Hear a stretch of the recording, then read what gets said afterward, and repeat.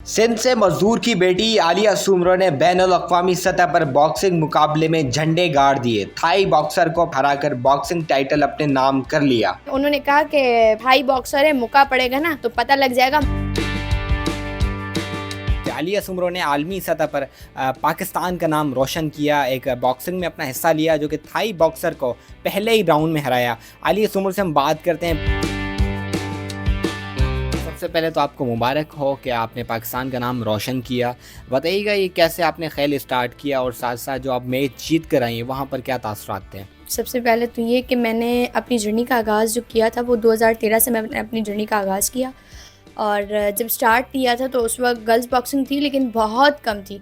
यहाँ तक कि हर क्लब में 2 या 3 गर्ल्स थी।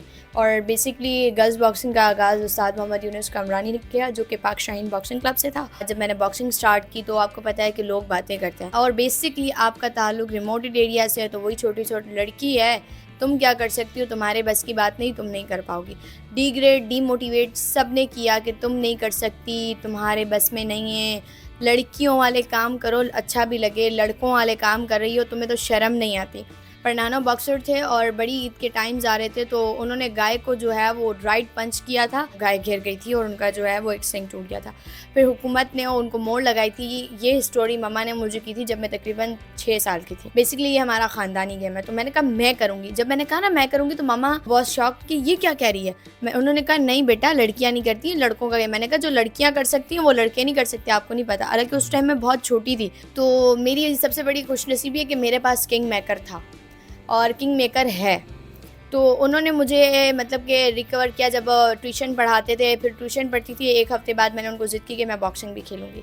और बाबा ने कहा, बाबा ख़ुद भी फुटबॉलर हैं, बाबा ने कहा चलो खानदानी एक सिलसिला चलता हुआ आ रहा है। बिल्कुल। एक वक्त ऐसा आया कि बाबा मुझे ग्राउंड में रनिंग के लिए ले गए।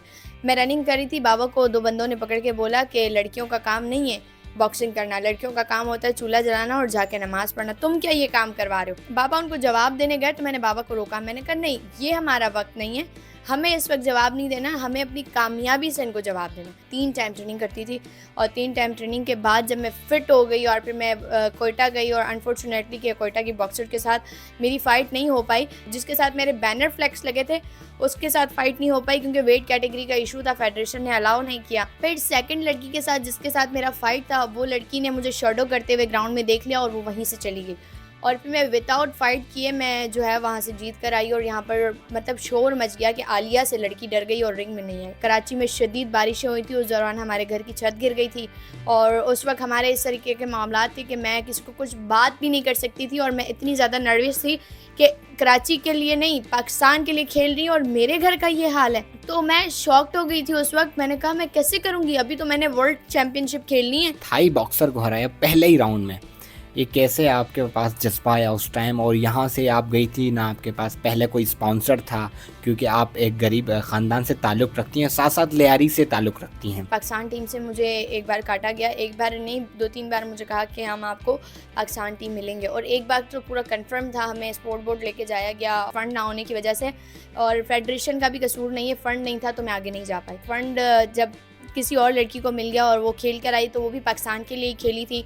और बेसिकली फिर मेरा अनफॉर्चुनेटली मुझसे ये कहा गया कि आप पासपोर्ट दे दो, आपका वीज़ा लगवा देंगे। मैं फिर भी वो डोमेस्टिक लेवल पर खेलती रही, फ़ाइट्स जीते भी, नॉकआउट्स भी किए काफ़ी। फिर आफ्टर 2 ईयर्स मैंने अपने माइंड में ये सोचा कि आलिया जब तुम एक अच्छी बॉक्सर हो तो क्यों ना तुम प्रोफेशनल में अप्लाई करो। मेरे मैनेजर जो कि शाहिर खान अफरीदी, जिस टीम से मैं खेलती हूँ टीम अफरीदी से, तो मेरी खुश नसीबी ये है कि जिस टूर्नामेंट में मैं खेली थी और उसी टूर्नामेंट में हमारे अफरीदी साहब मौजूद थे और उन्होंने मुझे ऑफ़र की कि आलिया सुमरो मेरी टीम से खेलें, आपको प्रोफेशनल में खिलाऊंगा। फिर जब मैंने प्रोफेशनल के ट्रायल्स दिए और मैंने सखर सांबात और लाड़काना की लड़की को जब मैंने बीट किया और पेशावर की अपनी जगह बनाई, अपनी जगह बनाने के बाद जब मैं सेलेक्ट हो गई और फिर जो है उन्होंने कहा कि हाँ ये प्रोफेशनल खेलेगी और बेसिकली फिर मेरा प्रोफेशनल लाइसेंस बना। थाईलैंड से इनविटेशन लेटर आया, Aliya Soomro you are selected for the game. फिर थाई बॉक्सर के साथ 10 राउंड की फ़ाइट थी मेरी और अल्हम्दुलिल्लाह मैंने उसको फर्स्ट राउंड में 45 सेकंड्स में नॉकआउट किया।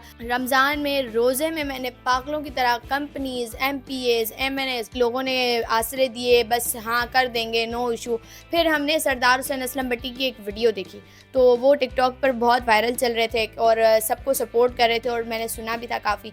तो फिर मैंने उनको एक कमेंट किया कि मैं आलिया सुमरो, मेरा ताल्लुक़ लियारी से है और मैं सिलेक्टेड हूँ इस फ़ाइट के लिए। 2 दिन के अंदर उन्होंने मुझे बुलाया और 15 दिन के अंदर मेरा तमाम इक्विपमेंट्स उन्होंने कंप्लीट किया। फिर जो बकाया कुछ मामलात रहते थे तो मैं ये नहीं समझती थी कि बार-बार उनको डिस्टर्ब किया जाए। फिर कुछ स्पोर्ट्स मिनिस्टर से करवा कर दिया नादिर साहब ने, लेकिन बेसिकली सरदार हुसैन असलम भट्टी का बहुत बड़ा किरदार है इस फ़ाइट के अंदर। और जो ये मेरी जीत है मैं ये उन्हीं के नाम करूँगी, क्योंकि अगर उन्होंने स्पॉन्सर नहीं किया होता तो बेसिकली मुझे लगता है कि मैं आगे जाके खेल नहीं पाती। जब मैं फ़्लाइट पर बैठी तब तक मैं सुन थी कि मैं ड्रीम तो नहीं देख रही। फिर जब मैं थाईलैंड पहुँची और वहाँ पर बेहतरीन कोचेज़ जो अमेरिकन कोच हैं उन्होंने मुझे ट्रेनिंग कराया और बहुत अच्छी मेरे साथ जो है कोऑर्डिनेशंस रखी और बेसिकली मेरे मैनेजर मेरे साथ बहुत अच्छे रहे। उन्होंने हर एक चीज़ अच्छे तरीके से एक्सप्लेन करवाई। और वहाँ पर जब मैं वहाँ पर 20 डेज़ थी और 20 डेज़ में मैंने वहाँ ट्रेनिंग कैंप भी अटेंड किया और फाइट भी खेली। उन्होंने कहा कि थाई बॉक्सर है, मुक्का पड़ेगा ना तो पता लग जाएगा मुक्का पड़ता कैसे। जब मैं रिंग में चढ़ी और सबने मेरा स्टाइल देखा तो सब शॉक। पूरे टूर्नामेंट में सबसे छोटी मैं थी। फिर जब मैंने फ़ाइट खेला और 45 सेकंड में उसको टेक्निकली तरीके से वॉकिंग पंचेस से मैंने उसको नॉकआउट किया और फिर वो गिरने के बाद वो उठी नहीं। जिन लोगों ने मुझे डिग्रेड किया वहाँ फ़ाइट के दौरान, डीमोटिवेट किया, उन लोगों ने आके मेरे साथ तस्वीरें ली। पाकिस्तान आए, इस्तकबाल आपका कैसे किया गया वैसे? सोचा भी नहीं था कि इतने तरीके से 1500 लोग एयरपोर्ट पर मौजूद थे। उसके बाद मेरे लिए पर्सनली गनमैन मौजूद थे और यहाँ जब आई तो यहाँ पर लेवा रखा गया और बहुत बेहतरीन तरीके से इस्तकबाल किया गया मेरा। हुकूमती सतह पर मुझे सीएम साहब ने अपने पास बुलाया था और 1 मिलियन जो उन्होंने कहे थे और वो उन्होंने दिए भी। और आगे मैंने उनसे स्पोर्ट्स स्कॉलरशिप मांगी थी तो वो भी इक्विपमेंट्स मैंने जमा करवा दी। और बेसिकली आने वाले वक्त में 8 अगस्त को मैं इंडियन बॉक्सर के साथ फ़ाइट खेलूँगी और इंशाल्लाह अगर पाकिस्तानी भाइयों और बहनों की दुआएं होंगी तो वो दिन दूर नहीं कि 14 अगस्त को आलिया सुमरो पाकिस्तान को तोहफ़ा देगी।